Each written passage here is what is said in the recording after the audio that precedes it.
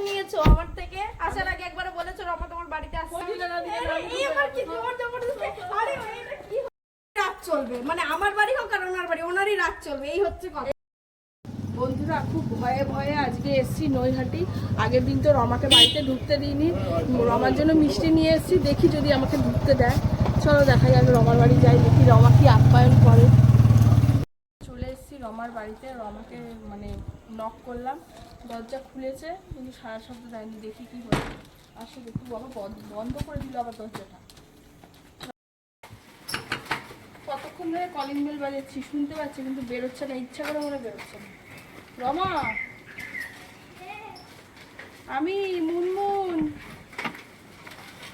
হলো বর্ধমান থেকে এসছি,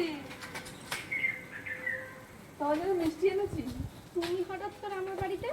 ভাবলাম যে আগের দিন তো একটু ঝগড়াঝাটি হয়েছিল, আজকে আমাকে কত কথা শুনতে হয়েছে তাতে যে কি হয়েছে? ভিখারি ব্লগার হ্যাঁ না তেন কত কিছু বিনা পারমিশনে কোনো চলে গেছে। অসুবিধা নেই। তুমি আজকে কোন সা পারমিশন নিয়েছো আমার থেকে? আসার আগে একবারে বলেছো রমা তোমার বাড়িতে ফোন আসছি। করিনি, মেসেজ করেছি। মেসেজ তুমি ব্লক করে দিয়েছো তো, কি করবো বলো? তো তুমি আমাকে বাড়ি থেকে তাহলে আমি তোমাকে ব্লক আর করে অত কি রাগ করব? অত রাগ করতে হবে না। দেখো আমি এক ট্রলি মাল নিয়ে দরকার নেই, তুমি আজকে টয়লেট আমি নিয়ে আবার থাকবো। চলে যাও, দরকার নেই, আমি থাকবো। তোমাকে থাকতে দেব না। তুমি আগের দিন তুমি আমি দিলে না, দিলে না, আমি এই আমার কি দিতে জোর জবরদস্তি?